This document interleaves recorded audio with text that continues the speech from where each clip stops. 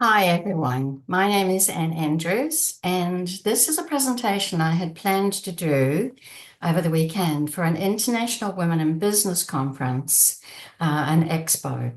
And unfortunately, we had some technology problems, and so I wasn't able to do my live presentation. But I know there were a few people on the session that were wanting to know about my experience of franchising my business. And so I'm going to do a special recording on that because it is an interesting story. So a little bit about my background. I'm from an HR background and I loved working with teams. And so I decided to go out on my own, set up my own business working with high performing teams. And I've done that for over 30 years. So I'd speak at a conference on some aspect of teams, team leadership or team conflict or whatever, and somebody would stay behind and say, help, I've got a team that isn't working, or help, I've got teams all over the country and we don't seem to have an overall vision of what we're all doing. Or occasionally someone would say, look, I've got 5 branches of my business in New Zealand and I've got 3 in Australia. And I'd like someone to actually work with the managers. So, yeah, okay. So I can do all of that. That's no problem.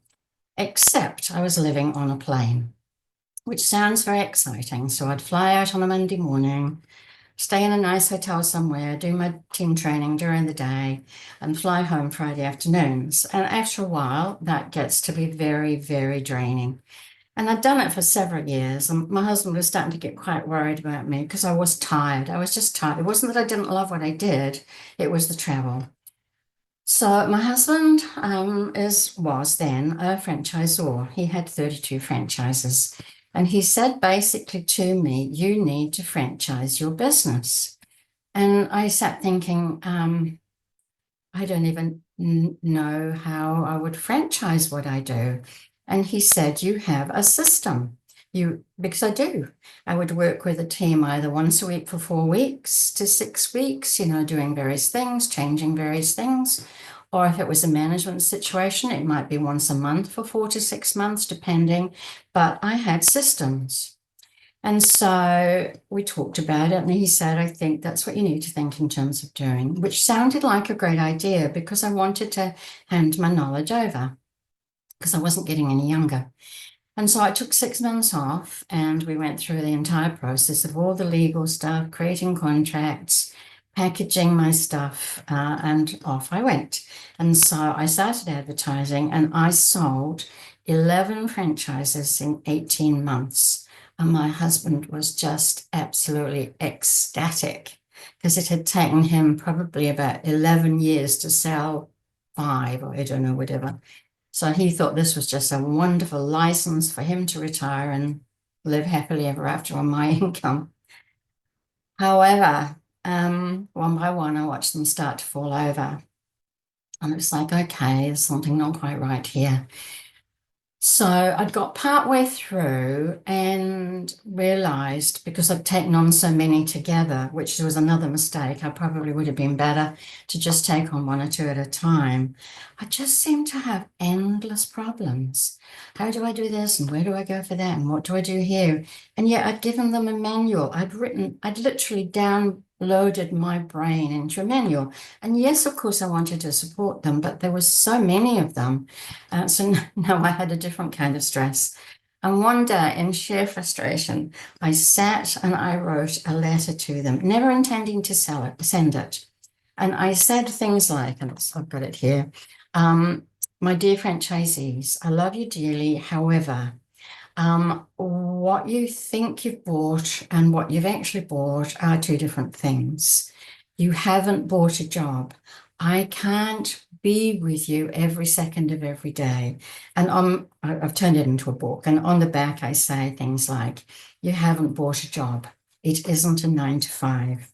What you can do with my system and what you can't. Because, of course, the mistake I was making is I was taking on trainers because I wanted people who were good on their feet, could run a training program. And even though I'm not a trainer myself, I felt it needed trainers. And of course, that was probably the worst category of people that I could choose. Not that they weren't fabulous people, but they kept wanting to change the system. They'd say, oh, look, I've got a better model for that. Or, oh, no, I'd like to do that differently. It's like, don't change the system. it works. It doesn't mean that at the end of the year, we can't all sit and have a look and take it apart and put it back together. But right now, you need to be getting customers and clients. And of course, the reaction was, don't you give me those? No, I can't give you clients. You had to get out and get your own. So then, of course, in my letter, it was things like what I will be able to do for you, what I won't, and I won't be able to send you customers. Not yet. Maybe in time I will, but not yet.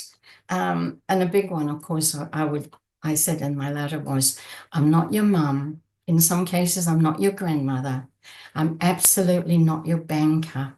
And of course, the big one I wanted to stress was, and I say it was just a letter at this stage, I'm not your enemy. I'm not out to sell you a puppy. I'm here to help you build a business as I've built very successfully, and you can do the same. In fact, you can probably do it better than me. And so, of course, as I said, I had no intention of sending it, but I showed the letter to my husband, and he said, I want 32 copies. I want 32 copies. So I knew then, that, of course, franchising is a very, very unusual model. So anyway, I was now down to 3 franchisees, and all 3 of them would have been really, really good. And it was around the time that my mum in the UK got very sick.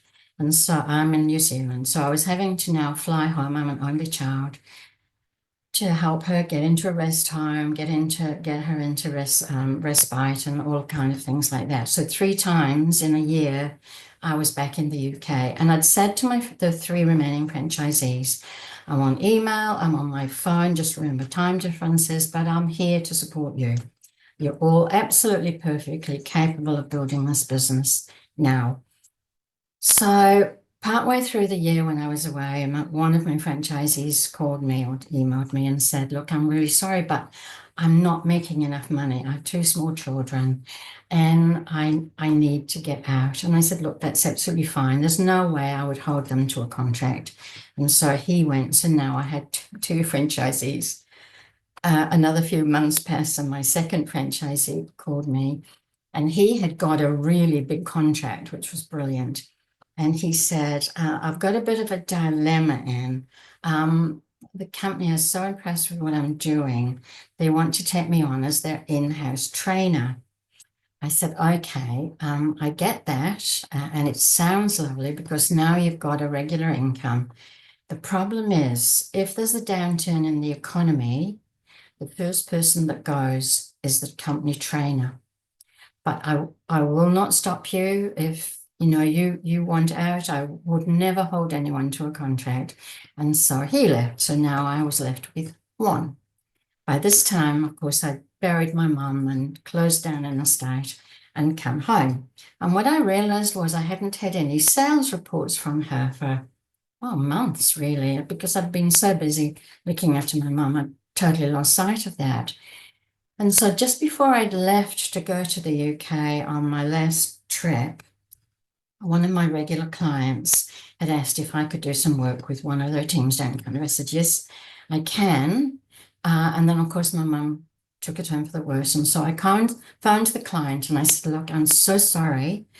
I actually can't do this for you. However, I have a brilliant young woman. She will do you an amazing job. How about we bring her up? You can meet and see if you're happy to work with her. And if you are, she can take over from me. It was a $28,000 contract, which is a long time ago. And so it was a lot of money. And I hadn't had any sales reports. And I thought that's really strange. So anyway, when I came back, I phoned her to say, how are you and how are things going? And what happened with XYZ company? And she said, oh no, they decided not to go ahead. So, okay, all right. Well, that's sad, but still don't forget to send my reports because that's my way of knowing where you need coaching or mentoring or my support. Literally days later, the client phoned me and he said, we are so impressed with her. I went, excuse me. She had fulfilled that contract of $28,000. I charged, I think, 2.5% fees for their first year because I knew that in their first year they wouldn't earn very much.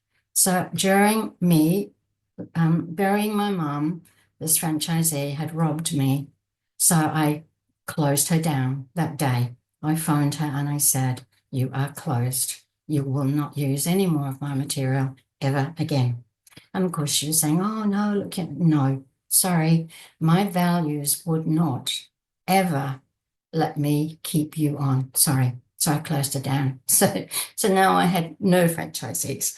And my husband said, "Don't worry, you just start again." Now, I believe, and I've called this session, as one door closes, another will always open. So by total coincidence, I was invited to go to a presentation on profiling. Now, I am a trained profiler already, and I do regular profiles, but this was profiling your entrepreneurial style. And I thought that's interesting. Yes, I'll go to that. So I did my profile, and I would be, and it said, yeah, you would be the worst kind of franchisor possible.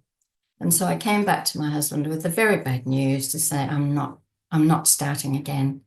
I'm not a franchisor. And so I just went back to doing it myself, on my own, running my teams. However, I now had this letter, which I decided to turn into a book. And so I have a book. It's called My Dear Franchisees, and I've called it A Day in the Life of a Franchisor.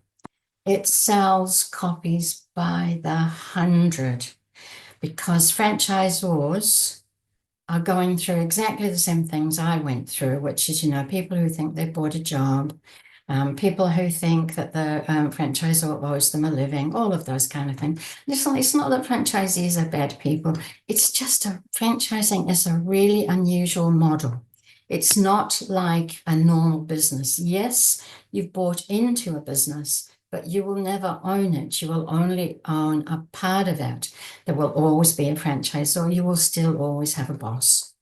And so that was where I thought, okay, yes, that door closed. And yes, I, made a lot of money, spent a lot of money, cried a lot of tears. But now I still work with my teams and I still work with women in business. But now I do a lot of work with franchisors and franchisees, helping them understand the business, understand what the franchisor's role is, what it isn't, what they can do with the system, what they can't, all of the things I said in my book.